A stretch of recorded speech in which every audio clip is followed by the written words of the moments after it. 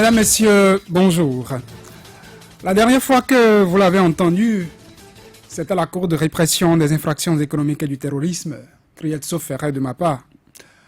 Michel Alokpo avait attiré sur lui l'attention des juges parce que quelques jours plus tôt, il disait dans les colonnes de quelques journaux qu'il avait des révélations à faire dans le fameux dossier ICC Service.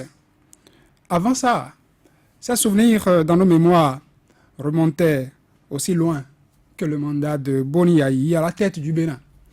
Ancien chargé de mission de l'ancien ministre de l'Intérieur, Armand Zizine-Lohoué, secrétaire général porte-parole du cadre de concertation des confessions religieuses, Michel Alokpo semble depuis faire valoir ses droits à la retraite, une retraite politique. Ces derniers temps, il sort de son silence et ne manque pas de donner son opinion sur certains sujets de l'actualité surtout politique. Un exercice que nous allons faire avec lui ce matin. Michel Alokpo, bonjour. Bonjour, cher frère. Je m'attendais à te rectifier quand j'ai dit Michel Alokpo, que vous rectifiez pasteur Michel Alokpo. Ne l'êtes-vous plus? Ben, écoute, on est pasteur à vie. Bien que je ne dirige plus une église, je suis fondateur d'une ONG appelée Jeunesse à Mission avec mon épouse. Et depuis plusieurs années, je continue à participer aux activités des églises, à apporter la parole de Dieu de temps en temps. Certaines langues disent que c'est parce que vous êtes mêlé de la politique que votre église d'antan a préféré se séparer de vous. Mais non, c'est moi qui ai déposé ma démission. On dépose une démission quand on est... Bien sûr.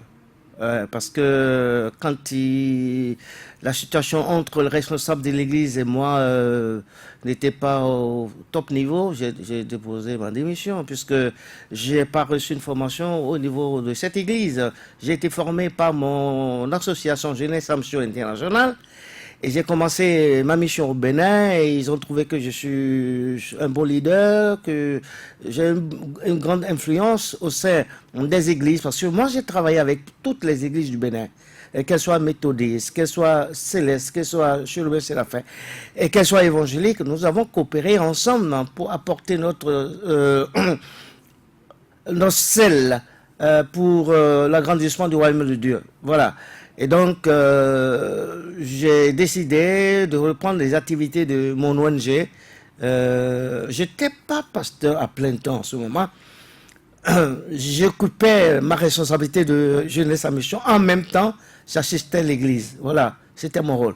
Avec votre association, c'était en quelque sorte aussi propager la parole de Dieu? Exactement, c'est une mission évangélique basée à Semek-Podji. Et entre-temps, votre rôle de pasteur dans votre ancienne église vous aura permis d'avoir une ascension tout au moins en politique, pasteur. Non. Je pense que c'est par rapport à mes prises de position sur le plan national qui a fait mon ascension. Mon église n'était pas tout à fait d'accord par rapport à mon implication en politique.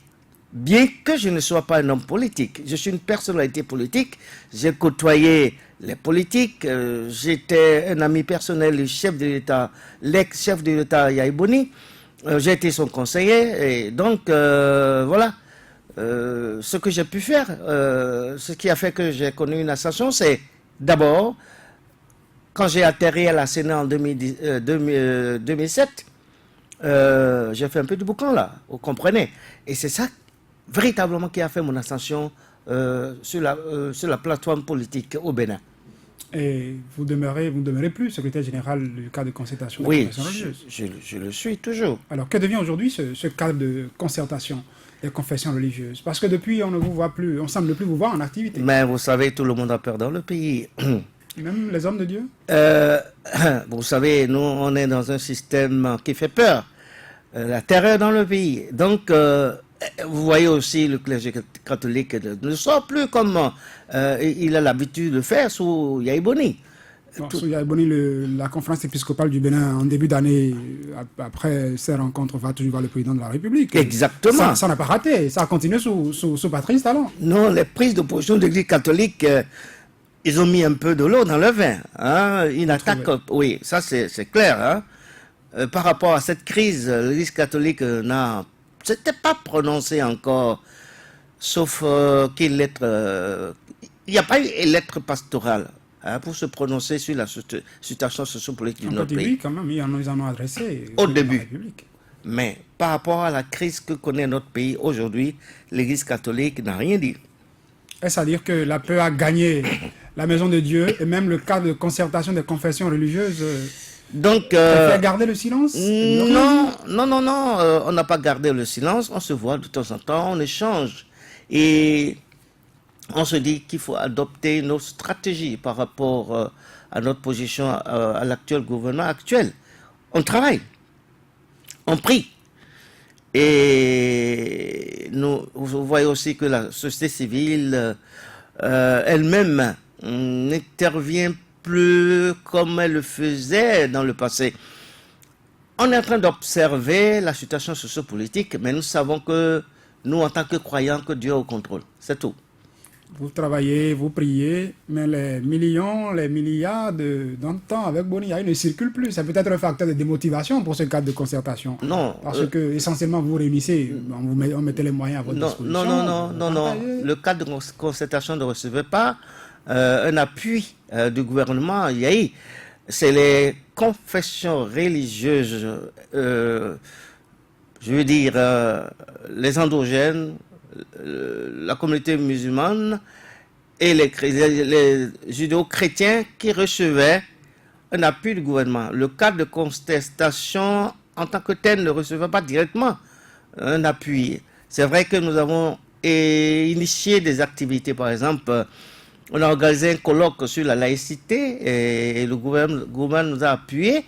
Nous avons appuyé le gouvernement dans le cadre de la LEPI en 2006 ou 7, en 2010, et nous avons reçu aussi un appui pour aller dans tout le pays, pour sensibiliser la population à aller retirer le carte d'électeur. Et c'est tout. Le gouvernement n'a pas fait plus que ça pour le cas de concertation. On se cotise de l'argent. Est-ce que jusqu'ici, depuis l'avènement de Patrice Talon au pouvoir, il y a une rencontre entre vous et les Nous avons sollicité une rencontre d'ailleurs. C'est pour ça que nous sommes retenus de faire des déclarations à la télé, à la radio. Nous avons sollicité une audience et nous n'avons pas encore eu gain de cause. Nous espérons que d'ici là, le président de la République va nous inviter et nous allons exprimer ce que nous pensons de la gouvernance et nous avons des exhortations à lui apporter. On le ferait. Vous avez dit, Michel Alokpo, vous n'êtes pas un homme politique, vous êtes une personnalité politique, avez-vous dit, mais de votre expérience aujourd'hui, quand vous observez, parlant de l'actualité, que des hommes d'église, des imams, se retrouvent tête de liste sur une liste, même si je ne devais pas donner la position précise, sur une liste de candidature à des élections, quelle analyse, quelle impression ça vous donne? C'est un scandale. C'est du jamais vu. Vous savez, j'ai eu à énoncer tout à l'heure que le cadre de concertation a organisé un colloque sur la laïcité. Et ça m'a surpris que même la Cour constitutionnelle n'a pas pu sanctionner cet état de choses. La laïcité suppose la séparation entre le pouvoir temporel et le pouvoir religieux. Si cet imam doit être candidat, c'est qu'il dépose son tablier d'imam. Donc il n'est plus imam. Et il envoie une démission à la communauté islamique pour dire que désormais, il veut faire de la politique.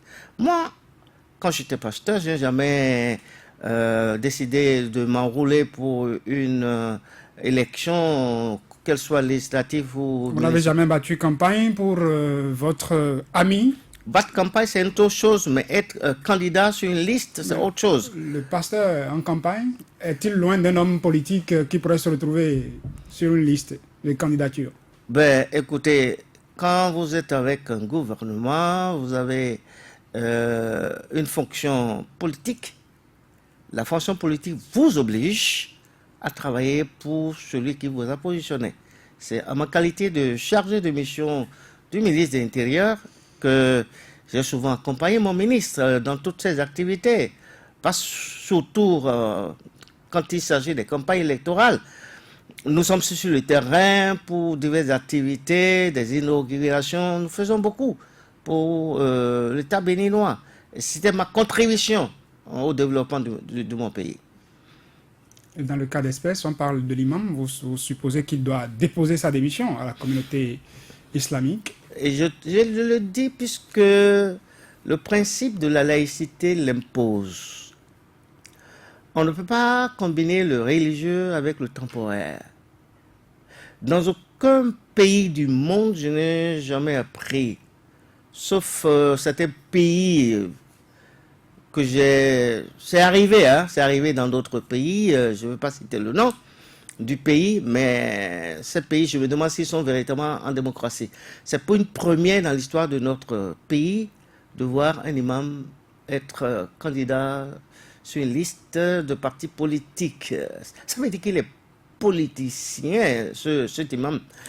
Je ne vais pas m'attarder là-dessus, je veux juste dire aux autorités qui m'écoutent, que ce soit la Sénat, que ce soit la Cour constitutionnelle, qu'ils puissent faire la part des choses entre le religieux et le politique, entre le temporaire et le religieux, et de dire le droit. Ce n'est pas normal. Je me demande si ça a échappé à la Cour constitutionnelle. Est-ce qu'il a écrit formellement dans nos textes qu'un pasteur, un imam ne doit pas être candidat? Est-ce que c'est écrit de façon formelle, Michel Alokmo? Mais allez lire la constitution de notre pays. C'est pas parce qu'on a dit que le Bénin est un État laïque qu'on va dire d'office qu'aucun pasteur ne doit être éligible. En tout Aucun cas, imam ne saurait être éligible. il est important que le code électoral revienne là-dessus. Je n'ai jamais appris, je n'ai jamais vu chez moi au Bénin un religieux être candidat aux élections quelconques dans mon pays. Dans la sous-région, je n'ai jamais appris. Ça peut arriver, si ça arrive que la Cour constitutionnelle ne dit rien, ça devient une jurisprudence. Et donc, ça veut dire que ça va ouvrir la porte à tous les religieux. Cette fois-ci, ça va ouvrir la porte à tous les religieux, que ce soit pasteurs, que ce soit imams, que ce soit les endogènes, de s'impliquer dans la politique et d'être candidat sur de diverses listes. Et je pense qu'il est temps de corriger la chose.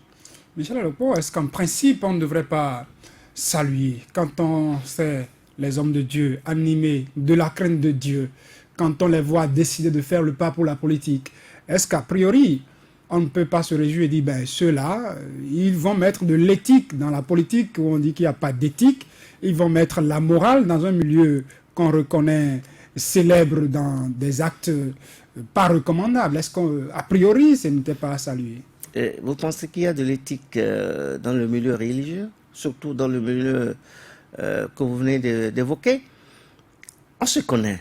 On se connaît en tant que pasteur. C'est grave ce que vous dites, Michel Alokmo. Il n'y a pas d'éthique dans le milieu religieux. On se connaît. J'ai travaillé pendant des années pour le cadre de concertation des confessions religieuses. Je ne suis pas là pour exposer tout ce que j'ai vécu, tout ce qui se passe au sein des confessions religieuses. Les conflits que nous avons réglés au niveau des imams sur le plan national, au moment où j'étais chargé de mission de ministre de l'Intérieur, j'ai entendu beaucoup de choses qui se passent. C'est pour vous dire que le religieux... On va faire la précision que c'est vrai, vous avez dit, vous avez eu à arbitrer des conflits. Ouais. Entre des imams, mais il y en a aussi dans d'autres confessions religieuses pour ne pas faire de la stigmatisation, pour ne pas faire de la fixation. Non, c'est ce que je dis. Je dis que toutes les confessions religieuses ont leurs problèmes. Okay. Il y a quand même un peu d'éthique dans certaines confessions religieuses que dans d'autres. Et je ne veux pas exposer certaines confessions religieuses.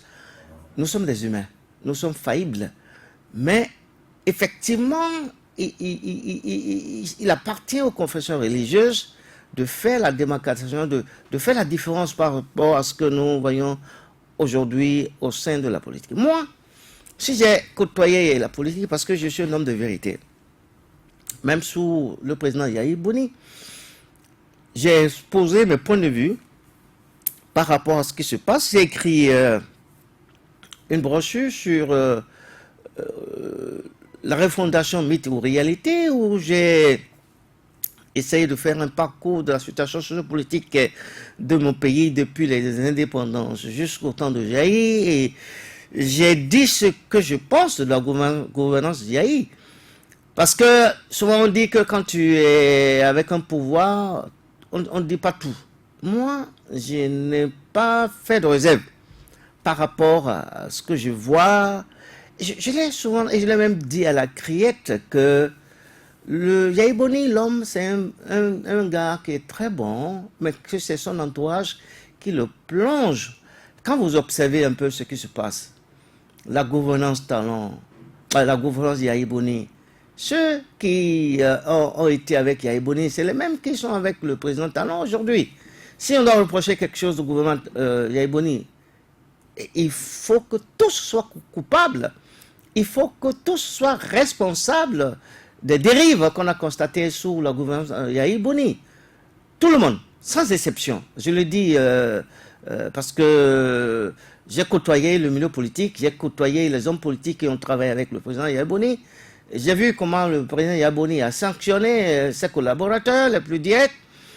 Et aujourd'hui, on trouve que la gouvernement Yahi Boni est la pire des gouvernements. Je dis, et je répète, qu'aucune gouvernance n'est parfaite. L'homme est à la recherche du parfait. Je salue tout ce que le président est en train de faire aujourd'hui, ces réformes. Toutes ces réformes ne sont pas mauvaises.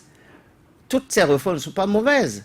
Mais je pense qu'il y a des choses, il y a certaines réformes qui l'obligent à consulter le peuple. C'est ce qu'il n'a pas fait. C'est ce qui fait aujourd'hui que le peuple s'est détaché de lui un peu, ça il faut le dire. Il fait beaucoup de choses, mais il faut qu'il y ait de l'équité dans ce qu'il fait. Il faut qu'il y ait la crainte de Dieu dans tout ce qu'il fait.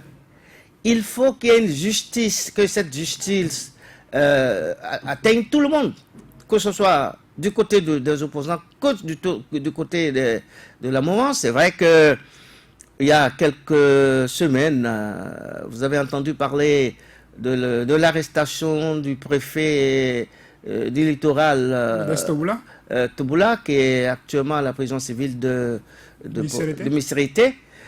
Je crois que c'est une bonne chose, mais il faut qu'il fasse plus. Il y a d'autres dossiers. Donc, il y a d'autres hommes politiques qui ont des casseroles. Est-ce qu'il peut arriver qu'un homme de Dieu se réjouisse du malheur, de l'emprisonnement de quelqu'un? Non, mais Dieu aime la justice. Ah non, Dieu aime la justice. Toboula, c'est un ami. Il m'a appelé un jour pour me dire, pasteur, viens m'aider à régler un conflit. J'étais à ses côtés pendant 2 semaines.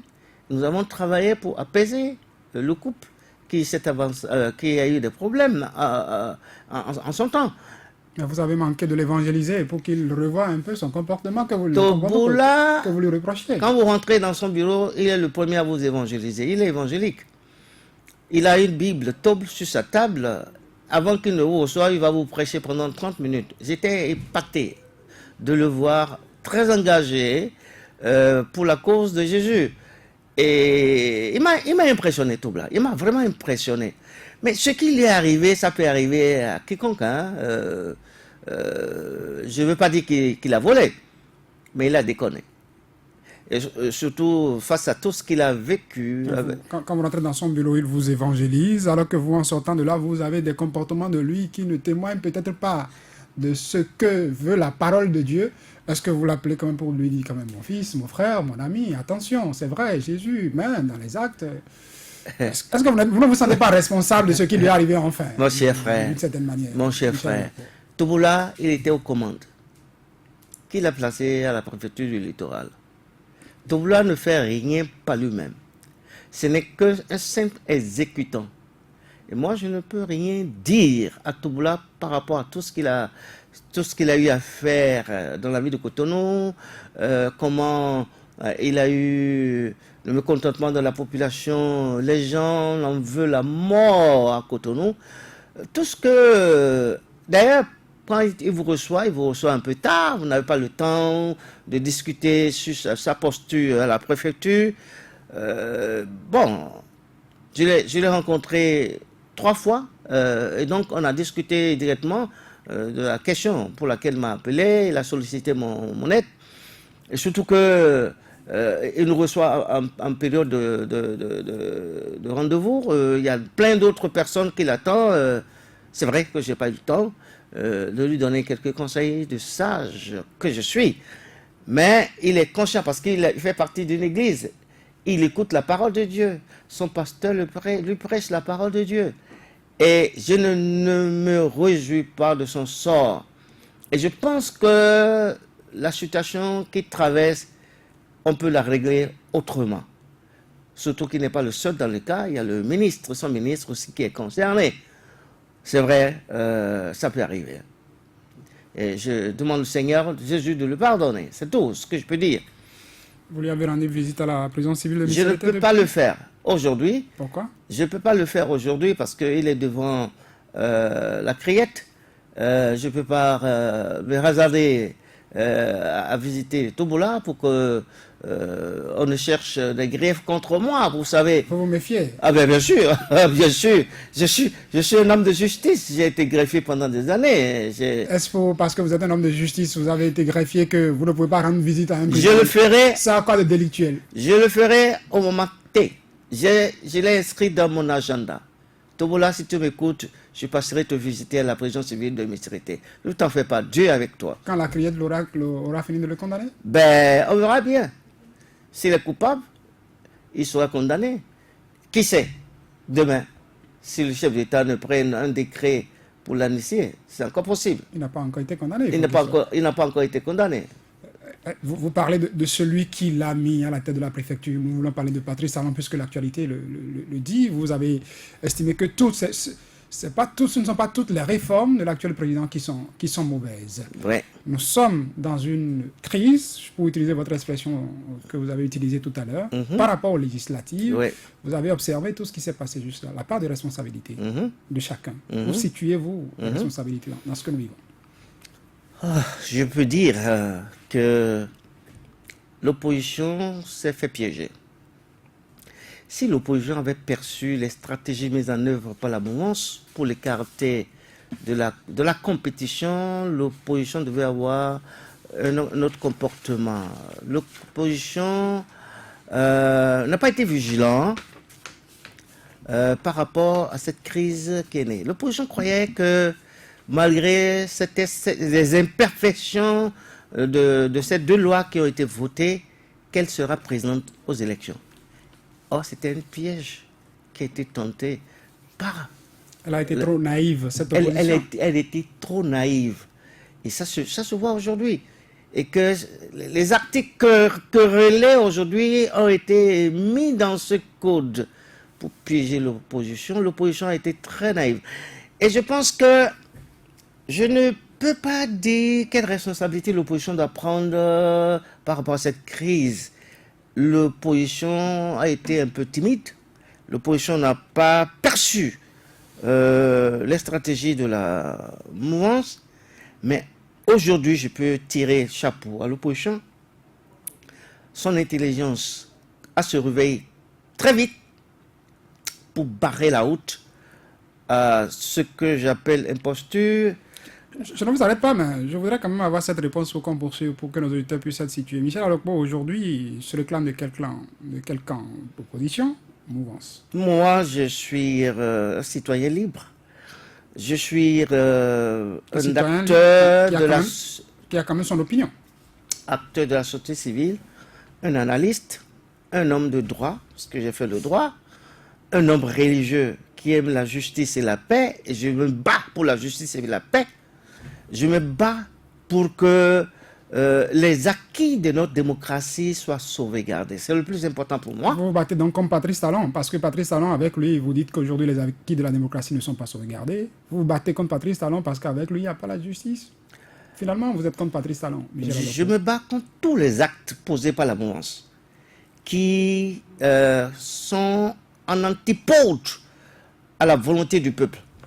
Tous les actes posés par le gouvernement de la République actuelle qui sont contre la volonté du peuple, je me battrai contre. Okay. Je dirais non. Les arrestations arbitraires, je dirais non. Tout ce qui se passe au niveau de la presse, où la presse est muselée aujourd'hui, je me dis non. Il y a plein de choses qui se passent dans le pays qui n'honorent d'abord pas Dieu, parce que c'est le Dieu qui lui a donné le pouvoir. Je pense que nous devons plaider pour des gouvernants qui ont la crainte de Dieu. Je ne me battrai pas je ne veux pas me battre contre la personne de talent. Mais non, je me bats contre les actes posés par le gouvernement. Il n'est pas le seul à prendre des décisions.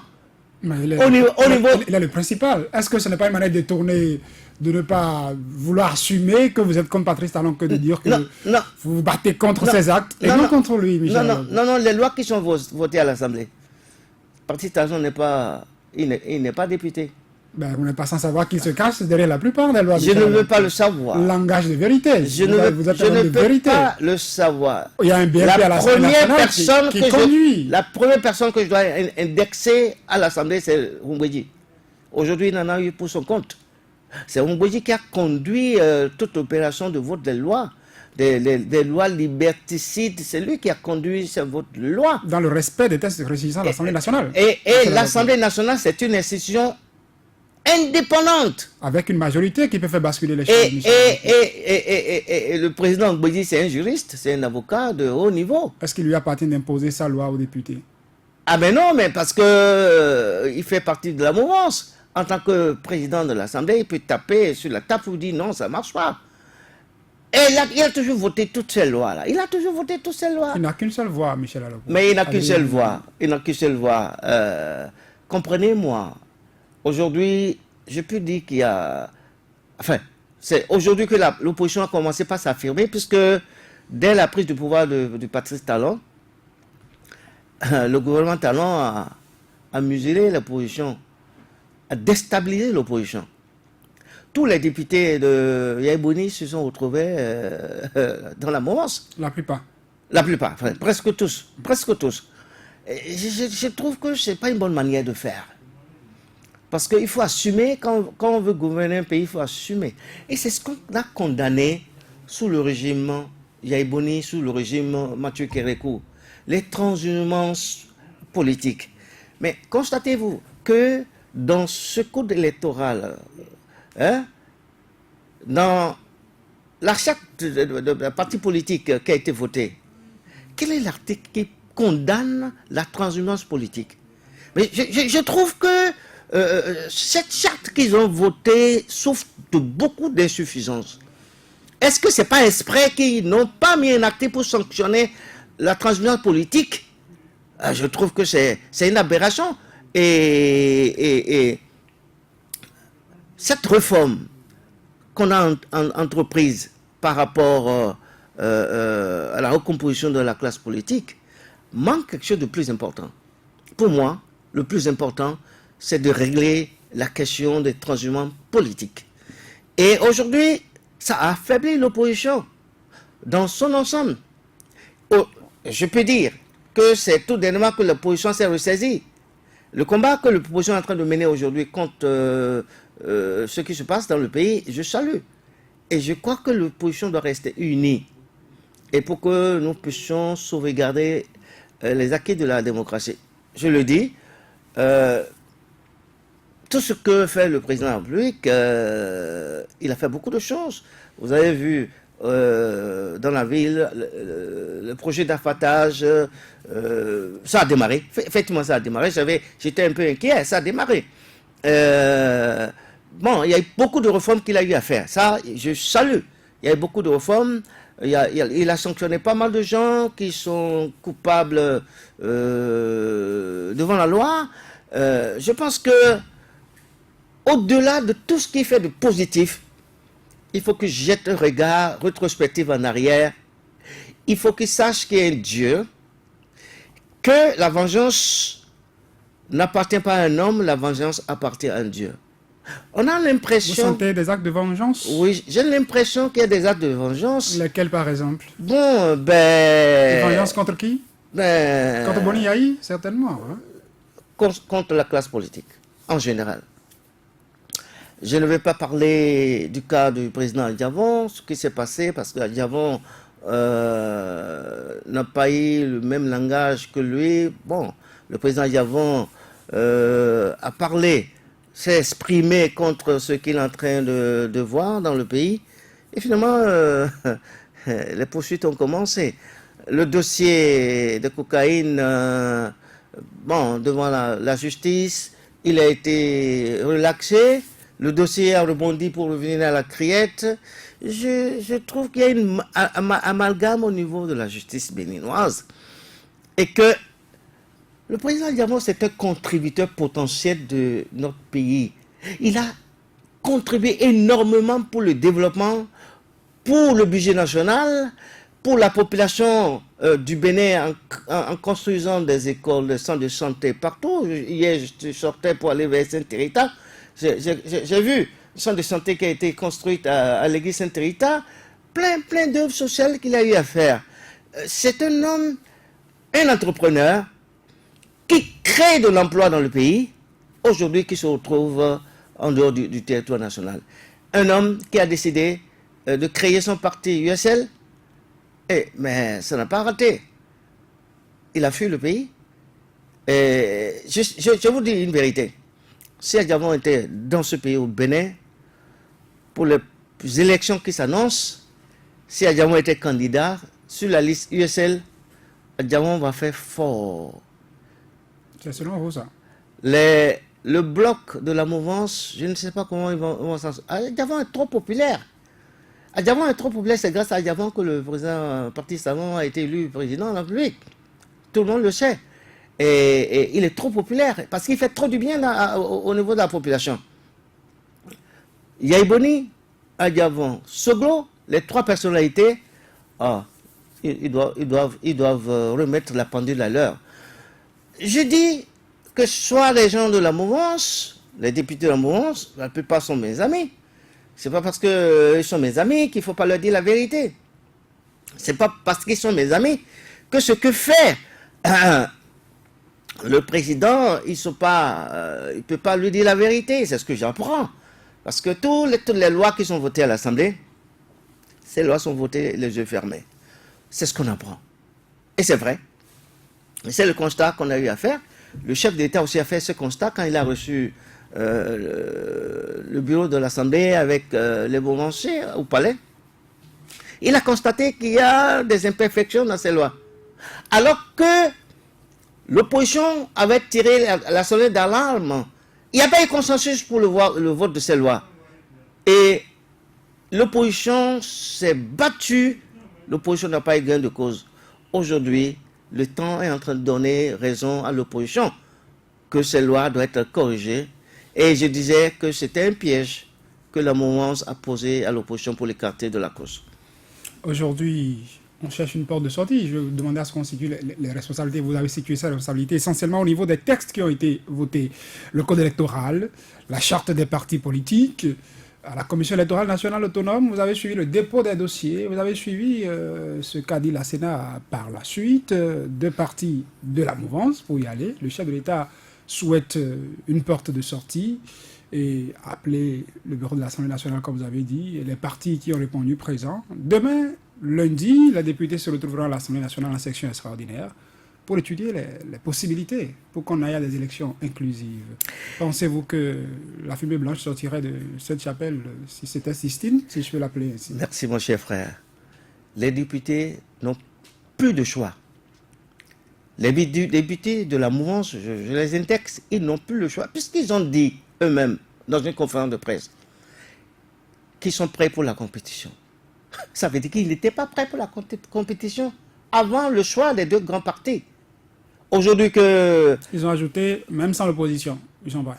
Ils ont ajouté, même sans l'opposition. Bon, alors, voilà, c'est ce qu'on dit. Parce qu'il faut qu'ils soient francs, il faut qu'ils soient corrects dans le langage. Mais je dis qu'ils n'ont pas de choix aujourd'hui. Ils sont obligés de faire en sorte que tous les partis politiques, sans exclusion, puissent participer à la compétition qui s'annonce, que ce soit Moël, que ce soit FCBD, que ce soit FCBE, que ce soit USL, que tous les partis politiques, ils ont la magie. Comme ils ont eu la magie pour bloquer l'opposition, ils n'ont qu'à trouver la magie pour faire en sorte que toute la classe politique puisse participer à ces élections. Vous savez, Michel Alokpo, que les députés de la mouvance n'ont pas déposé de proposition parce qu'ils estiment que les textes votés ne leur posent aucun problème. Donc, ils n'ont pas déposé de proposition. Mais ils ont reçu une directive du chef de l'État. Et le chef d'État donne une directive au président de l'Assemblée, c'est normal qu'ils n'ont pas fait de propositions parce que ce n'est pas eux qui ont contesté. Quand vous allez devant un tribunal, c'est celui qui conteste, qui apporte la preuve de sa contestation. Et là, ils sont obligés d'avaler la pilule. Ils sont obligés de se voir dans la peau d'un vrai démocrate. S'ils ne votent pas les propositions de correction de loi qui ont été introduites à l'Assemblée, je trouve qu'ils ne sont pas démocrates. Je trouve qu'ils ne sont pas pour la compétition. Et là, ils ne sont pas pour la paix. Et je trouve que le Bénin comprendra réellement les motifs qui les guident en voulant éliminer les partis de l'opposition à la course. Mais je pense que ça va être plus difficile pour eux aujourd'hui. Ils sont condamnés. Ils sont condamnés. Le peuple ne va pas accepter qui disent autre chose que ce que le chef d'État a dit. Et je pense qu'il faut faire confiance aux députés, il faut faire confiance à ce peuple. Et notre peuple, le peuple béninois est déjà mature et je crois que, vous voyez, la tension a diminué, il n'y a plus de marche. Et nous, on est en train de scruter un peu l'horizon pour voir ce qui va se passer. Tout compte fait, s'il n'y a pas l'opposition, il n'y aura pas élection. Ah bon, c'est vous qui le dites, hein? C'est moi qui le dis. S'il n'y a pas opposition, il n'y aura pas élection. Il n'y aura pas élection. Parce que la communauté internationale va rentrer dans le jeu. Qu'est-ce que vous déposez comme proposition à la table des députés pour que demain ils réfléchissent à cela? Si vous étiez donné, Michel Alokpo, d'en faire. Ben, l'histoire des 10% là, de suffrage qui est exigé dans le code électoral, c'est Article 242. Antidémocratique, anticonstitutionnel. Ça n'existe nulle part dans aucune démocratie moderne. Ça, cet article, on doit le supprimer complètement. C'est vrai que l'histoire de quitus fiscal doit être supprimée, ou bien que le quitus fiscal soit délivré à tous les candidats qui ont respecté les règles, qui, à un moment donné, qui ont payé ce qu'ils doivent au budget, aux impôts, et qu'ils ont les papiers, qui ne doivent rien aux impôts. L'essentiel, c'est de supprimer le quitus fiscal. Pour que des gens qui doivent au service des impôts aillent aux élections? Est-ce que ce ne serait pas n'importe où? Mais non. Selon ce que nous avons appris, c'est que la plupart, ils ont payé ce qu'ils doivent aux impôts. On ne sait pas pourquoi le quitus n'a pas été délivré. Le quitus fiscal était exigé pour les élections présidentielles. Je pense que c'est pour la paix. Si c'est pour la paix, ils n'ont qu'à supprimer cela. Il y a aussi le certificat de conformité. Ça n'existe pas dans la charte des partis politiques. Ça n'existe pas. Ça a été créé de toutes pièces et validé par la Cour constitutionnelle. On est dans quel pays? Est-ce qu'on est dans un pays démocratique? Ça n'existe pas. Dans la charte des partis politiques, l'exigence du certificat de conformité, ça n'existe pas. Ça veut dire qu'ils ont pris conscience que cette charte de partis qu'ils ont votée souffre d'insuffisance. Vous savez, une loi, quand elle est votée, elle ne dispose que pour l'avenir. La loi n'a pas d'effet rétroactif. Cela suppose que les partis politiques qui existaient avant le vote de la charte des partis politiques ne sont pas concernés par cet article-là, qui exige 15 membres par commune, parce qu'ils ont déjà reçu leur récépissé. C'est seulement les nouveaux partis qui créent Bloc républicain, Union progressiste. Ils sont nouveaux. Pour eux, le principe s'applique. Mais pour les partis politiques qui existaient avant le vote de la charte des partis, la loi ne dispose que pour l'avenir. J'ai fait un peu de droit. C'est ça qui fait aujourd'hui qu'il y a des difficultés. et que ce soit la Sénat ou la Cour constitutionnelle, ils ont fabriqué cette pièce de certificat de Non, conformité. c'est pas la Sénat qui a fabriqué, c'est la Cour constitutionnelle qui a sorti sa décision. Non, la Sénat a proposé. La Sénat n'a pas proposé. C'est ce que j'ai appris. Non, mais je me dois de rectifier. Mais la Sénat avait déjà publié la liste des pièces à fournir par les listes de candidatures. Il n'y avait pas le certificat de conformité dedans. Je te dis que parce que des citoyens ont saisi la Cour constitutionnelle pour dire, bon, attention, le décret du président de la République convoquant le corps électoral est contre la Constitution parce qu'il ne prend pas en compte le délai donné par l'achat des partis politiques jusqu'au 16 mars pour que ces partis puissent se conformer. Et que la Cour prenne maintenant la décision de dire attention, c'est vrai qu'on a dit 16 mars dans l'achat des partis politiques, même pour les partis qui vont aux législatives, le délai du 28 février est le délai de rigueur pour avoir le certificat de conformité. Et c'est après ça que la Sénat a sorti un communiqué pour dire attention, chère liste de candidatures, chers partis politiques, il vous faudra ajouter le certificat de conformité aux pièces que vous allez fournir. D'accord, merci pour la compréhension. Oui, merci. Donc, ce que je disais, c'est que cette pièce n'existait pas dans la charte des partis. Il fallait corriger la charte des partis. Comme on est obligé de la corriger aujourd'hui pour permettre aux autres opposants, aux autres partis d'opposition de participer. Mais la communauté internationale a dénoncé cet état de choses. Ça fait mal à notre démocratie. Notre pays, le Bénin, est un modèle en matière de démocratie. C'est notre pays, le Bénin, qui a forgé la confiance des forces vives de la nation, qui a été suivi partout, au Togo, au Congo, Congo démocratique, Congo Kinshasa, un peu partout. Maintenant, notre démocratie, nous sommes en train de régresser. C'est vrai que on a parlé de multipartisme intégral. Ça là, tant qu'on ne va pas réviser la Constitution, on ne peut pas exiger un certain nombre de grands partis pour le pays. Au Nigeria, nous avons 2 grands partis. Mais nous avons des petits partis aussi qui existent dans chaque région du Nigeria. En France, c'est pareil. Aux États-Unis, c'est pareil. On ne peut pas imposer à la classe politique que nous devons nous conformer à avoir un certain nombre de partis. Non, ce n'est plus le multipartisme intégral, à moins que notre constitution soit modifiée. Et je pense qu'on doit laisser jouer, après ces législatives, les petits partis vont disparaître progressivement. Parce qu'il est dit dans le code, si vous n'avez pas pu vous positionner pour une première élection, deuxième élection, vous disparaissez. C'est déjà une possibilité pour ces partis politiques de se faire valoir sur le terrain.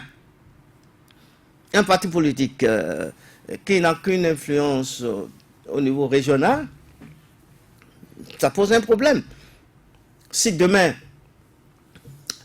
il n'arrive pas à dégager des députés à l'Assemblée, je crois que c'est une condition pour les éliminer. Il peut se recomposer avec d'autres partis politiques. Ce qui va se passer, je ne doute pas que le bloc républicain et le bloc progressif deviennent un seul parti demain. Je ne doute pas. Ça peut arriver.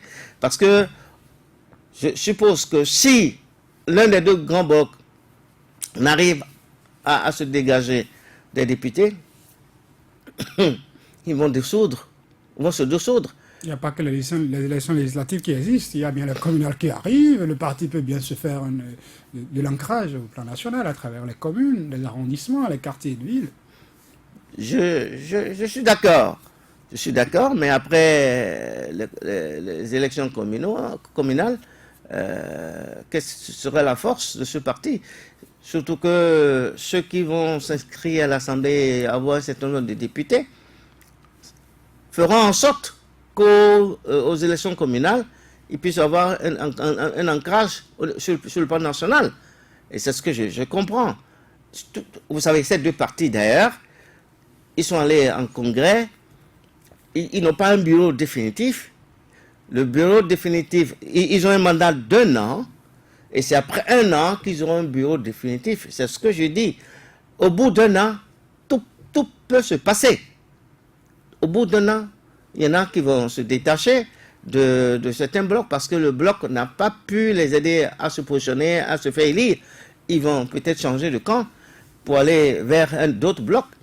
Et c'est en cela que je dis que la question de transhumance politique pose problème. Il faut régler cela. Même par rapport à la correction des tests qu'on veut faire, il faut qu'on inclue dans la charte des partis la question concernant la transhumance politique.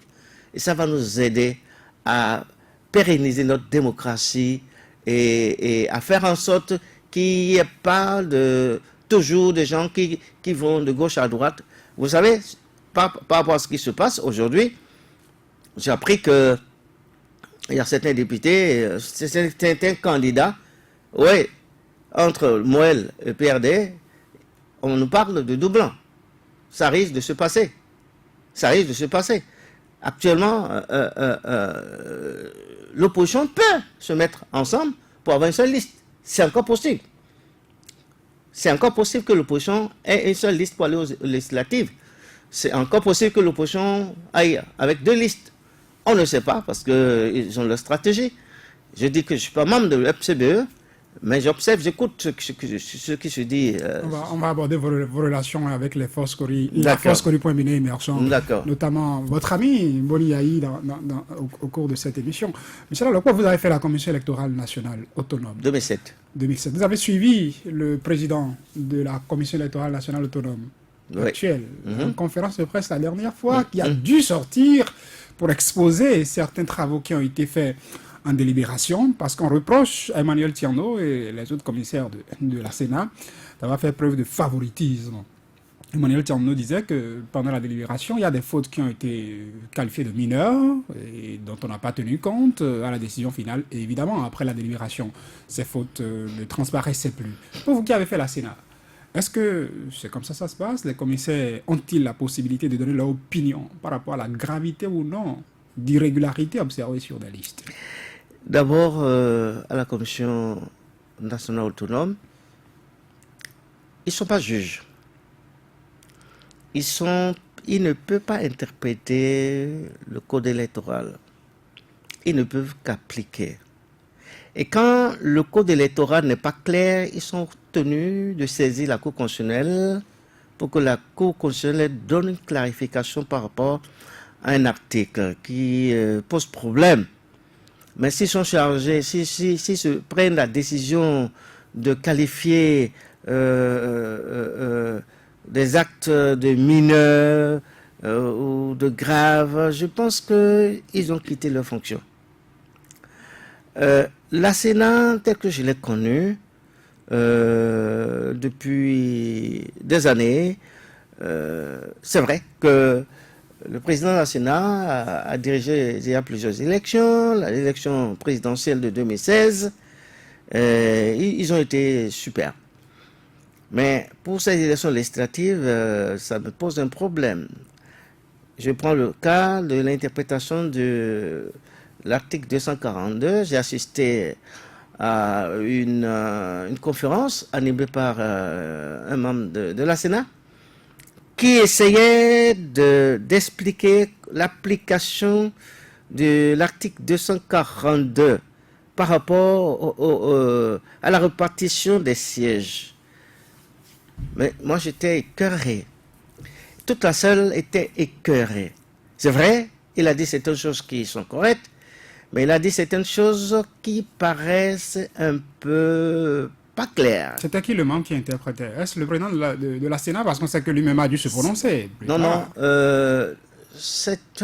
il n'est pas, je ne sais pas s'il est commissaire, mais c'est un collaborateur de la vice-présidente de l'Assemblée nationale. Puisque la vice-présidente même était là. La vice-présidente de la Commission électorale nationale. De la Commission électorale, elle était là, mais il y a un appel qu'elle a reçu. Donc elle a Vous parlez de qui? De Clotaire Oli, ou de qui? Non, Clotaire n'est pas... Est-ce que vous parlez de collaborateurs? Non, Clotaire n'est pas à la Commission électorale. On l'a détaché de la Commission électorale depuis, il n'est plus là. Ça vous m'informez? Oui, il n'est plus là. Ah oui, il fait partie de ceux qui ont boudé la Sénat. Il n'est plus là. Il est au ministère de... Il est dans un ministère présentement. Donc, le collaborateur de la vice-présidente de l'Assemblée qui a expliqué, qui a interprété l'article 242, mais il nous a laissé sur notre soif. Mais plus tard, le président de l'Assemblée nationale aussi a donné l'interprétation Non, de la c'est Sénat. après, c'est après. Oui, plus tard, c'est pourquoi il dit plus tard. Non, non. Est-ce que cette autre interprétation du président de la Sénat ne devrait pas être celle qui devrait valoir l'interprétation officielle de la Commission qui est chargée de répartir, de la répartition des sièges selon la Constitution de notre pays? Non, tu comprends que les députés qui ont voté la loi n'ont pas la même compréhension que la Sénat. Pas tous les députés. Certains députés qui sont d'avis, mais certains députés ne sont pas d'avis avec l'interprétation faite par la Sénat. Et c'est en cela qu'on a demandé que la Cour constitutionnelle se prononce. La Sénat nous dit qu'elle ne peut pas saisir la Cour constitutionnelle pour donner une interprétation juridique correcte à cet article pour le permettre de statuer là-dessus. Bon, les élections n'ont pas encore eu lieu. Tout compte fait, ils ont souhaité que ce soit un des partis politiques en compétition qui saisisse la Cour constitutionnelle pour demander à la Cour constitutionnelle de faire une lecture de cet article. Et ça, je vous dis, cet article va poser des problèmes par rapport aux répartitions des sièges demain, à l'issue des élections du 28 avril prochain. Si cet article, on ne l'enlève pas, c'est un problème. Il faut avoir 10% avant de s'asseoir sur la table pour discuter de la répartition des sièges. Tu peux avoir les 10% et ne pas avoir un siège. Tu peux avoir 10% de suffrage sur le plan national et ne pas avoir un seul siège. Parce que le siège, la répartition des sièges, après l'obtention des 10%, on va aller circonscription par circonscription pour voir le nombre de suffrages obtenus par chaque candidat. Et cette répartition telle que ça a été faite par ce représentant de la Sénat, ça n'a pas satisfait tous les membres de la société civile. Hein. Et donc ça pose un problème. Et c'est pour cela qu'il fallait qu'on revienne encore en ancien code, qu'on saute cet article et que l'élection législative se fait au niveau par circonscription électorale. C'est plus facile de faire le calcul par circonscription électorale de façon à ce qu'il y ait équité au niveau de la répartition des sièges. Et je pense que on va régler la crise en ce qui concerne la participation des partis de l'opposition à la compétition, mais il y a un autre conflit qui attend demain. C'est par rapport à l'interprétation de cet article 242. Il est important que les députés à l'Assemblée, le lundi, se penchent sur cet article et règle définitivement ce problème d'interprétation de cet article 242. Et c'est en cela que nous allons sauver la démocratie. Je voudrais poser une question sur la Sénat. On est arrivé jusqu'à l'article 242 parce que vous dites que la Sénat n'est pas juge, les commissaires ne sont pas juges. J'allais au niveau des travaux de délibération. Est-ce qu'il peut arriver, quand on remarque dans les dossiers d'un candidat, que les dates de naissance ne sont pas les mêmes, qui est né vert, et que sur une autre pièce, il y a une date précise, et qu'on décide de banaliser ça, de dire que bon, ça peut se comprendre, et prendre en compte les dossiers de ces candidats-là. Est-ce que ça peut arriver? C'est du faux. Il ne peut y avoir 2 actes de naissance pour un seul individu. Pas 2 actes, 2 dates. 2 dates. 2 dates, oui. 2 dates, ça veut dire 2 actes de naissance différentes. L'un vert et l'autre une date précise. Ça veut dire qu'il y a un problème. Il y a un problème, vous savez, c'est sur les jugements supplétifs. Moi, j'ai fait faire un jugement supplétif quand j'étais au cours primaire, parce que j'étais frappé par la limite d'âge pour aller au CPE. J'ai dû faire un jugement supplétif qui a porté né vert. Mais l'acte de naissance original, c'est le telle date, de telle année, que ça constate, mais le jugement supplétif annule l'acte de naissance original. Donc, si le même candidat apporte un acte de naissance qui porte né vert et l'autre qui porte une date précise, ce n'est pas... Non, il faut rappeler que ce n'est pas deux actes de naissance. C'est pas deux actes de naissance, qui sont différents. C'est que sur une pièce, on a constaté telle date, mais sur une autre pièce, qui n'est pas un acte de naissance, on a constaté une autre date. Ce qui n'est pas un acte de naissance, ok, qui n'est pas un acte de naissance. Qui n'est pas un acte de naissance, une autre date de naissance. Et on a dit, bon, c'est vrai que l'acte de naissance a mentionné ceci, mais même si sur cette pièce, on a retrouvé telle autre date, on peut comprendre et fermer les yeux là-dessus. Non, ça, ce n'est pas un élément pour éliminer un candidat. On peut rappeler le candidat pour qu'il s'explique ou pour qu'il corrige. C'est peut-être la secrétaire qui est chargée de saisir ce document qui s'est trompé, qui a fait une faute. Ça peut arriver, qui a fait une faute de frappe sur le papier, sur lequel il y a eu dichotomie entre l'acte de naissance et la pièce en question. Ça ne peut pas être une preuve d'annulation d'un candidat, je ne pense pas. Donc en délibération, les commissaires peuvent opiner là-dessus et dire, bon, fais-moi les yeux là-dessus. Bien sûr. Ils peuvent le faire. Et vous êtes arrivé de... Non, pas fermer les yeux là-dessus. On peut faire appel au candidat pour qu'il vienne se justifier si c'est une erreur. Puisqu'il a dit dans le code électoral qu'une fois les dossiers déposés, c'est fini. Vous ne retouchez plus à ça, vous ne faites plus de modifications, vous ne corrigez plus rien. On a entendu parler d'erreurs mineures. Je ne sais pas si c'est de ça qu'il s'agit. Si c'est de ça qu'il s'agit, je ne pense pas que pour ce cas, il faut invalider le dossier de ce candidat et invalider le dossier de ce parti. C'est vraiment mineur. Une faute de frappe, c'est une faute de frappe. Ça arrive qu'on commet des fautes de frappe sur un acte. Et si ce n'était pas une faute de frappe? Ah, mais alors là, si ce n'est pas une faute de frappe, il faut chercher à comprendre. Et il faut chercher à comprendre et prendre une décision qui s'impose en la matière. Alors, il faut faire une enquête, c'est normal. Si ce n'est pas une faute de frappe et que on veut glisser deux dates, je pense que c'est un problème, ça. Michel, alors pour cette émission, elle est aussi interactive. Ouais. Les auditeurs ont la possibilité d'appeler pour vous soumettre leurs préoccupations. Il est temps pour nous de commencer par les retrouver. Mohamed Liamidi, qui m'accompagne, nous permettra de commencer par les recevoir. Le tout premier est déjà en ligne. Je rappelle le numéro 64 44 02 44, 64 44 02 44, ou le 66 75 72 72, 66 75 72 72. Premier auditeur en ligne, bonjour. Il est parti. Bonjour. Auditeur en ligne, un autre. Auditeur en ligne, bonjour. 64 bonjour. 44 02 44, bonjour. Bonjour, allô, comment allez-vous? Je vais bien, j'espère que vous allez bien aussi, monsieur. Très bien, monsieur. On m'appelle Keke Robert depuis Ifaï. Robert Keke. Oui. Permettez-moi de poser deux questions au pasteur Aloko. Bon, il nous disait tantôt que si quelqu'un rend visite au préfet de Toboula, que avant il a une Bible sur son bureau et puis il est accueilli par l'évangile. Alors que nous constatons sur le terrain, Toboula est Django, il n'a tout le monde.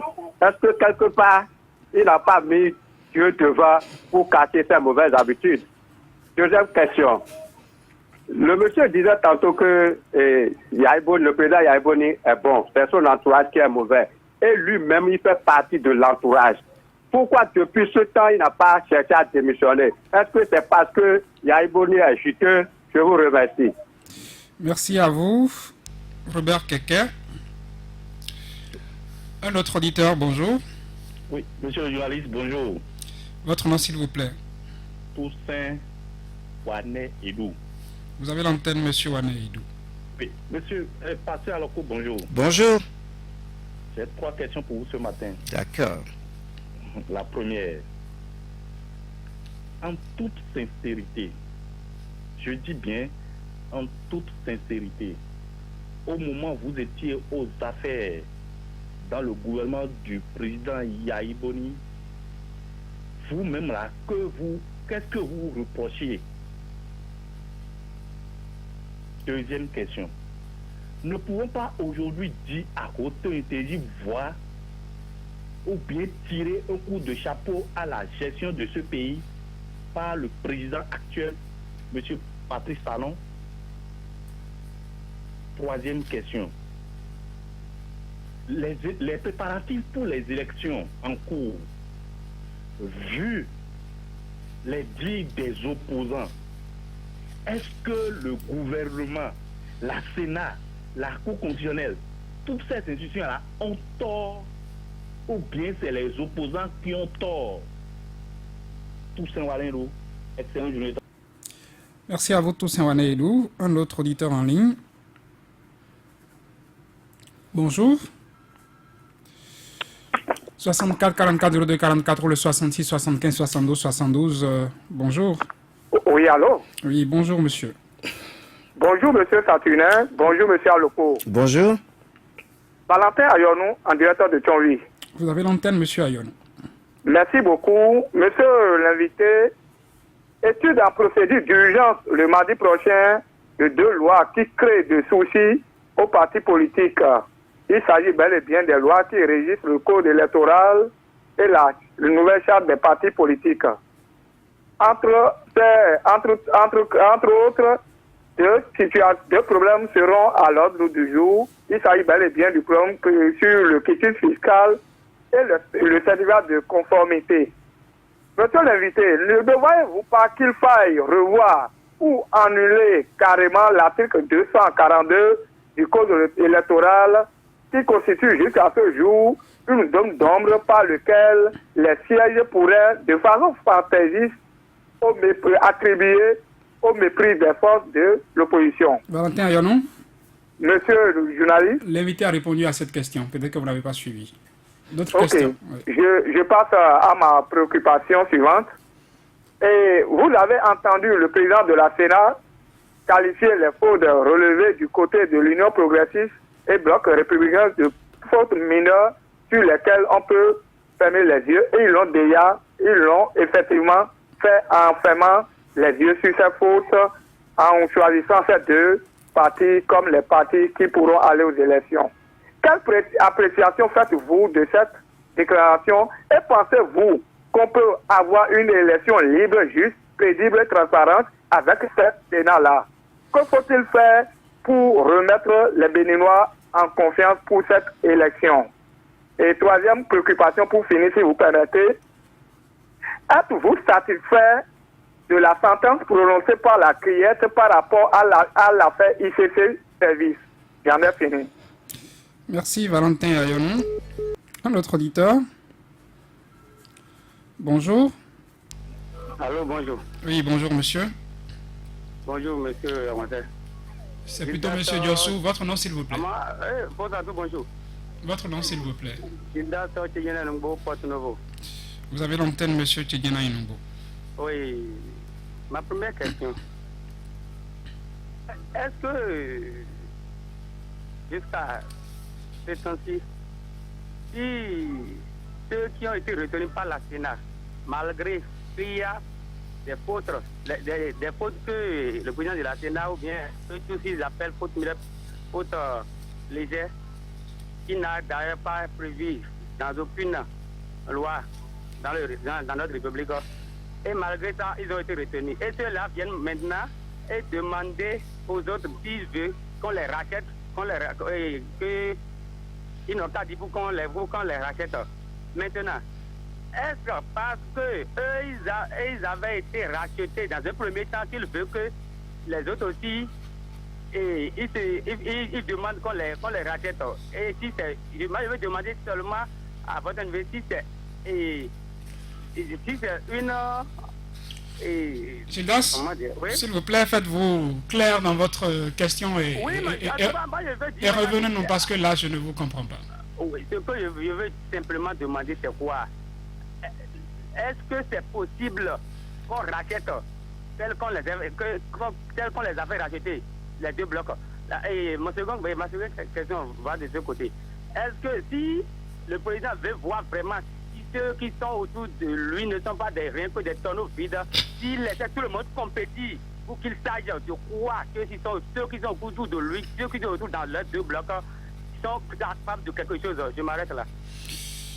Merci quand même. Hein. J'espère que l'invité aura compris quelque chose de votre intervention. Moi, j'ai des problèmes là. Oui, un autre auditeur, bonjour. Bonjour. Oui, votre nom s'il vous plaît. C'est M. Hongpong Gérald.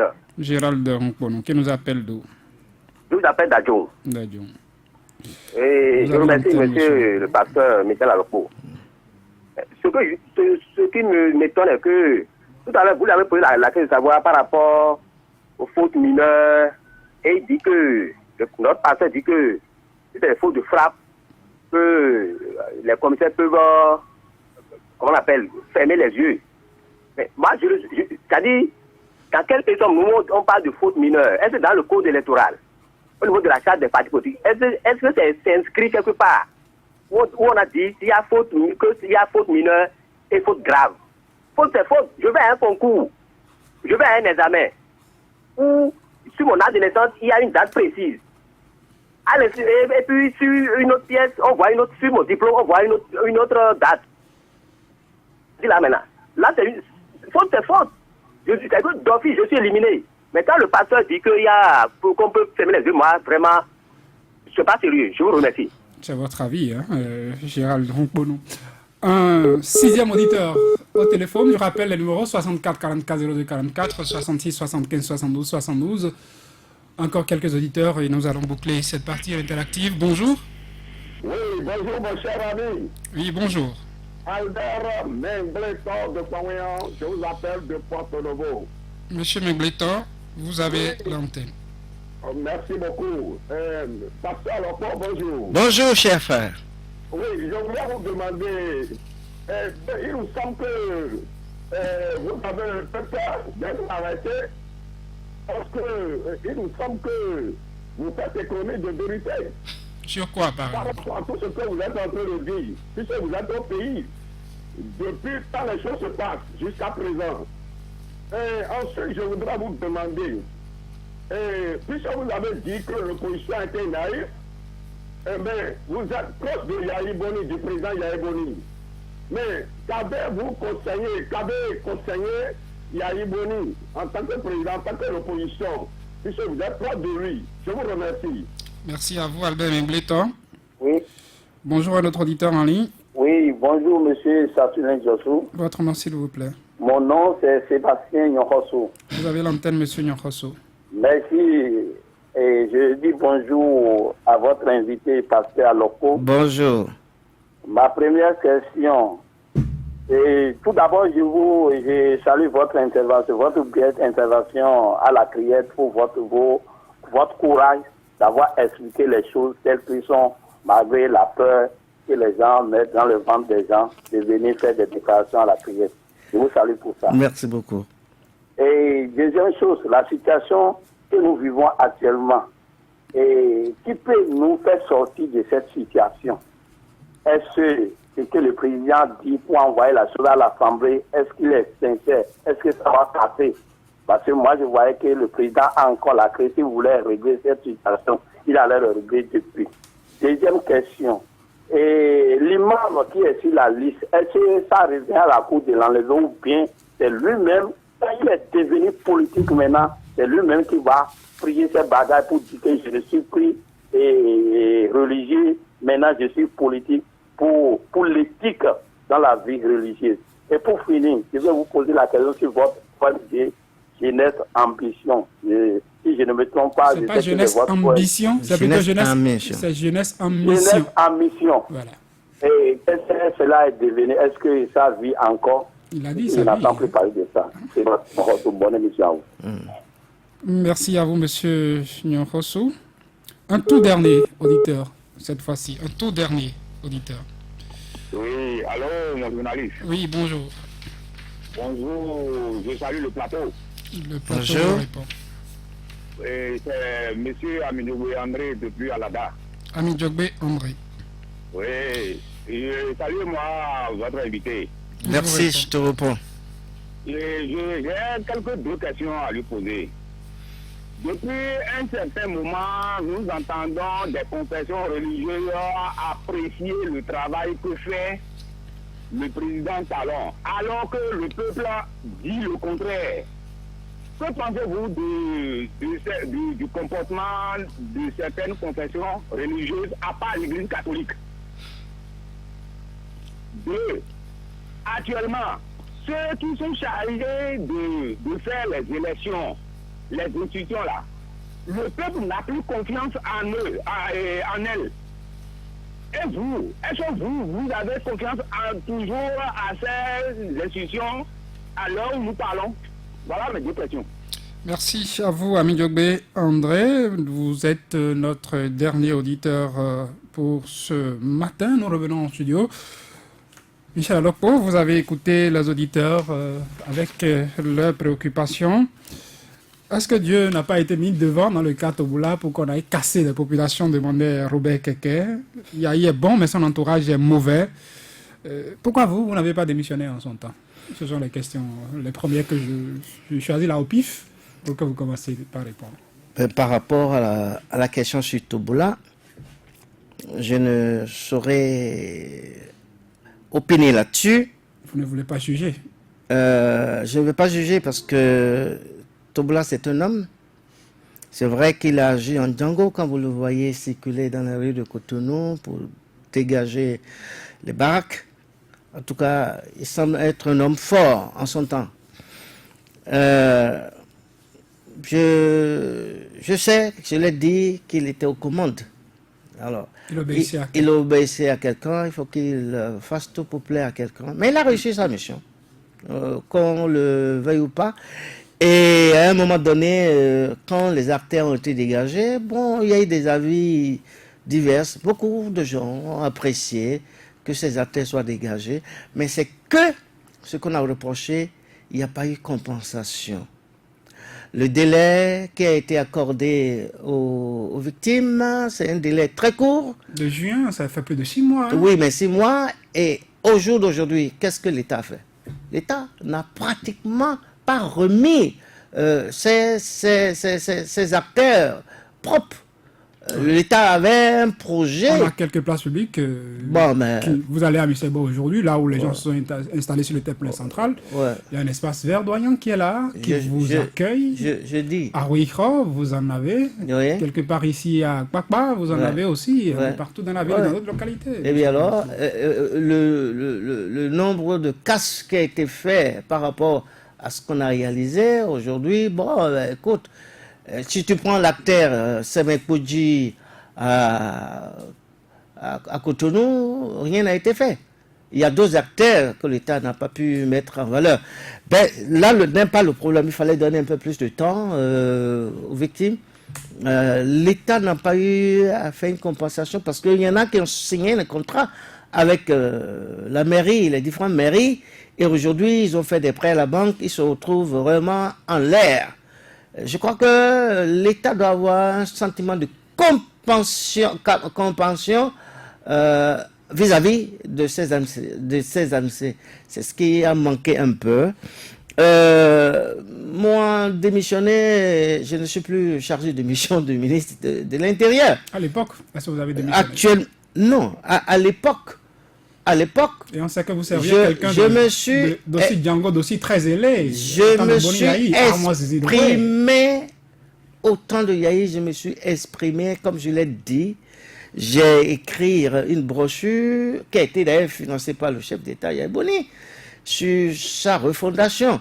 C'est normal, non? S'il finance votre brochure... Vous voulez que je démissionne comme... Vous voulez dire quoi dans votre brochure sur la refondation si la brochure est financée par Boni Yahi? Que la refondation est mauvaise? C'est ce que j'ai dit. C'est ça, c'est ce que j'ai dit. Yahi a fait des observations sévères par rapport à la gouvernance Yahi, pas seulement la gouvernance Yahi, toutes les autres gouvernances. Et c'est en cela qu'il y avait eu un froid entre le président Yahi Boni et moi. Et son entourage, parce que beaucoup n'ont pas apprécié ce que j'ai dit dans ce livre. Donc, démissionner, oui, mais je me suis exprimé. C'est une manière de dire ce que je pense de la gouvernance. Je n'ai pas dit que la gouvernance Yahi est mauvaise dans son ensemble. Yahi Boni a fait beaucoup de choses. C'est au niveau éthique et moral que j'ai critiqué la gouvernance d'Yahi. Et donc, c'est mon rôle, c'est ce que je fais et c'est ce que je vais tenter de faire, même sous la gouvernance Talon. Voilà. Vous ne vous reprochez absolument rien à l'époque. Bon, mais moi, je suis un homme, hein, je ne suis pas parfait, mais je n'ai pas eu à diriger un projet, je n'ai pas eu un budget en tant que chargé de mission, je ne me reproche bien dans la gestion, je n'ai pas eu de budget, je n'ai pas géré des fonds de l'État pour dire que j'ai mis la main dans le fonds de l'État. Donc, sur certains plans, oui, mais je ne peux pas dire que je suis parfait en tant qu'homme. Et voilà, c'est la réponse que je peux apporter à M. Robert Keke. À Toussaint Edou, qu'est-ce que je me reproche? C'est la même question. C'est ça la question que je venais de vous. Ah, d'accord, c'est ça là. On va choisir la question que vous okay. Les institutions ont-elles tort ou les opposants dans la crise actuelle? C'était toujours Toussaint Ouanaïdou qui vous posait cette question. Donc, je ne peux pas dire que les institutions ont tort. Est-ce qu'elles sont toujours crédibles? La Sénat, par exemple. Exactement. La population dit aujourd'hui que ces institutions chargées de conduire ces opérations, ces élections, n'ont pas donné des décisions crédibles. La population est dans son droit. Ce qu'on attendait de ces institutions, et quand on parle de faute mineure, c'est en cela que je suis d'accord avec celui qui a soulevé la question de faute mineure. Faute, c'est faute. Quand il y a faute, il faut sanctionner. Donc, il ne faut pas protéger un bloc au détriment d'autres. Je pense que l'auditeur qui a appelé, il a raison. Pour me demander ce que je pense des fautes mineures et des fautes graves. Faute, c'est faute. S'il y a faute, il faut sanctionner. Péché, c'est péché. Il y a péché grave, péché mineur, péché, c'est péché. Donc, c'est ce que je voudrais répondre à ce monsieur. Maintenant, s'il y a d'autres questions... Je vous cite là, pêle-mêle, entre autres, est-ce que vous êtes satisfait de l'ascendance de la criette dans la félicité de service? Quelqu'un demandait ça. On ne juge pas une décision de justice. Vous avez votre avis sur le verdict. Mais je sais que le peuple n'est pas tout à fait satisfait par rapport aux décisions parce qu'il y a encore des centaines de victimes qui n'ont pas été dédommagées, qui ont peur de se présenter devant la criette. Je me demandais si c'était encore utile de rouvrir le dossier devant la criette alors que le dossier était devant la cour d'assises de Cotonou. Moi, je n'ai pas de réponse à donner à cela. Le gouvernement a mis la criette en place pour juger. Ils ont été jugés. Ils ont été condamnés à payer des amendes. Ils ont été condamnés à payer des dommages et intérêts. Leur maison sera mise en vente pour dédommager une grande partie des déposants, mais je ne sais pas si ce que la justice va récupérer après la vente de ces immeubles suffirait pour satisfaire tous les déposants. Quelqu'un voudrait savoir, les confessions religieuses apprécient, certaines confessions religieuses apprécient ce qui se passe sous Patrice Talon, alors que le peuple, lui, dit ne pas se reconnaître, dit être lésé. Que pensez-vous de ces hommes de Dieu qui soutiennent ce que le peuple, est-ce qu'il faut dire le peuple de Dieu rejette? Non, il faut reconnaître que je prends le cas des musulmans où le gouvernement s'est impliqué pour la Mecque. C'est pas d'aujourd'hui que le gouvernement s'implique dans l'organisation du pèlerinage. Oui, mais cette fois-ci... ça a été fait. Oui, aussi. Cette fois-ci, le gouvernement a mieux fait. Le gouvernement est en train de vouloir construire un lieu d'hébergement pour les pèlerins béninois. C'est vrai que par rapport au transport, on va voir cette année ce que ça va donner. C'est vrai que certaines confessions religieuses apprécient le gouvernement Talon, c'est vrai. Bonamé ne peut que apprécier Talon parce que Bonamé est la maman de talent, comme elle le dit. S'il vous plaît, on n'a pas fait de grandes affirmations. Bon, vous citez les propos de la dame de Bonamé de Parfaite. De Parfaite. Qui dit que Patrice Talon, c'est son fils. C'est son fils. Oui, je voudrais que ce soit clair. Non, mais c'est clair. C'est qu'elle soutient Talon. C'est la question qui a été posée. Elle apprécie ce que Talon fait. Moi-même, j'apprécie ce que Talon fait. J'apprécie certaines de ces réformes. La communauté musulmane apprécie le président Talon parce que le président Talon a posé des actes concrets par rapport à la communauté musulmane.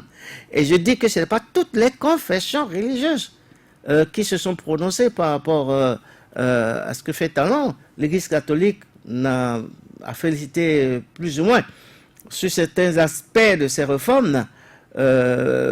Pour les évangéliques, je ne crois pas avoir entendu les évangéliques se prononcer sur les réformes de Talon, sur ce que Talon est en train de faire. Et je peux comprendre que sous Yahi, il y a eu des millions qui ont été distribués aux confessions religieuses et que sous Talon, ça n'existe pas. La manne ne tombe plus du ciel. La manne ne tombe plus du ciel, même au niveau de l'Église catholique par rapport au pèlerinage de Dassa. Je ne sais pas si le gouvernement Talon fait quelque chose aux catholiques. J'aurais appris que plus rien pour les confessions religieuses. C'est son choix. On est dans un pays laïque. Il a le choix. Et le pays, comme il le dit, est en difficulté financière. C'est vrai, il faut le comprendre. Et que certaines confessions religieuses félicitent Talon, c'est parce que Talon est en train de lui tendre la main.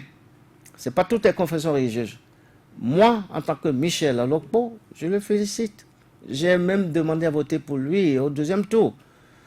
Sauf que j'ai fait vote face par rapport à cette réforme qui ne répond pas à l'aspiration du peuple béninois.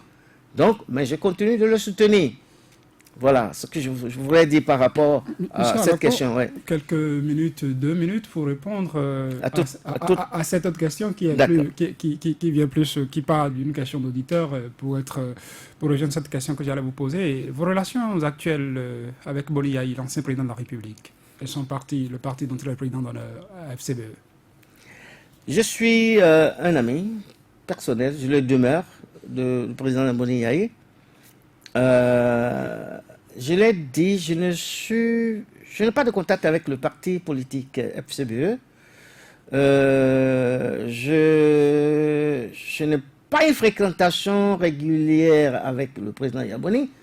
C'est de temps en temps qu'on se voit. Pour prier ensemble. Pour prier, pour échanger un peu. Je lui donne mon point de vue. Mais par rapport à son parti politique, il a des conseils, il a un bureau politique. Vous abordez des questions politiques quand vous le rencontrez? Non,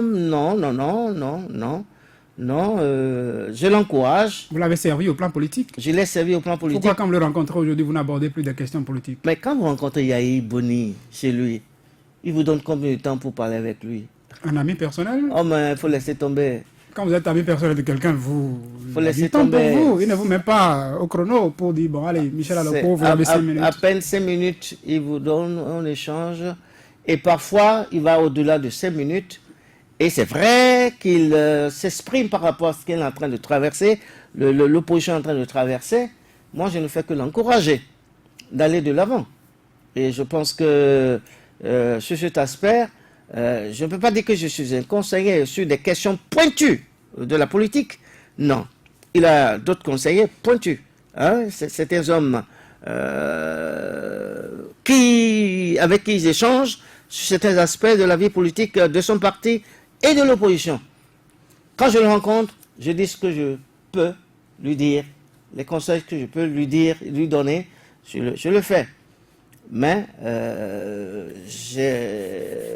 s'il m'écoute, tant mieux. S'il ne m'écoute pas, c'est de son droit de m'écouter ou de ne pas m'écouter. Tu peux parler à Yahi Boni aujourd'hui, il va vers sa classe politique, les gens disent autre chose, il a oublié de se plier. C'est ça le problème. Michel Alokpo, nous allons conclure cette émission. Ok. Et voilà, moi je voudrais saluer le peuple béninois, saluer la classe politique, saluer le président de la République, pour cette initiative qu'il a prise de revoir les deux lois qui posent problème aujourd'hui et de permettre à ce que tous les partis politiques de l'opposition puissent prendre part à la compétition et qui s'annonce. Et je voudrais m'adresser particulièrement au bloc de la mouvance, au président de l'Assemblée, pour que, durant leur assise, que tout se fasse. Tout puisse se faire pour donner l'occasion, l'opportunité à tous les partis politiques de l'opposition qui le veulent d'aller à la compétition. Et que le Bénin gagne.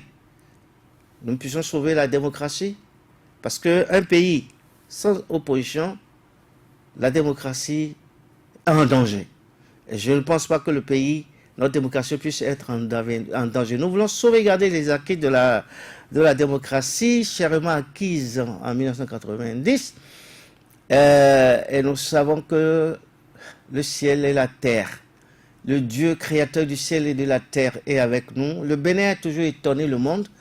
Et ces élections donnera raison au Dieu Tout-Puissant et au peuple béninois. C'est le peuple qui va gagner dans tout ça. Le peuple veut un changement, le peuple veut qu'il y ait une véritable réforme au sein de la classe politique et c'est en cela que nous nous battons tous les jours et nous voulons qu'il y ait un renouvellement de la classe politique au niveau de l'Assemblée. Nous voulons que la jeunesse puisse se faire entendre au niveau de l'Assemblée, les femmes puissent se faire entendre au niveau de l'Assemblée et qu'il y ait un équilibre entre les pouvoirs, que le pouvoir législatif puisse contrôler le pouvoir exécutif, que la Cour constitutionnelle puisse être impartiale par rapport à toutes décisions qu'ils prennent et que tout va pour le bonheur de notre peuple béninois. Michel Alokpo, ancien chargé de mission de l'ancien ministre de l'Intérieur Armand Zinokwe, toujours secrétaire général, porte-parole du cadre de concertation des confessions religieuses. Vous avez été personnalité, vous êtes personnalité politique, vous avez dit non un politicien. Avec vous, on a quand même fait le débat. On a décrypté l'actualité sociopolitique au Bénin ce dimanche sur son langue de bois. Merci d'avoir répondu à notre invitation. C'est un plaisir. Mesdames, Messieurs, c'est tout pour Sans langue de bois de ce dimanche. Mohamed Liamini a assuré sa mise en onde. Saturna Diosso, c'était un plaisir pour moi d'avoir été chez vous. Et merci de nous avoir accueillis. Nos programmes se poursuivent sur Soleil FM et sur Sika TV.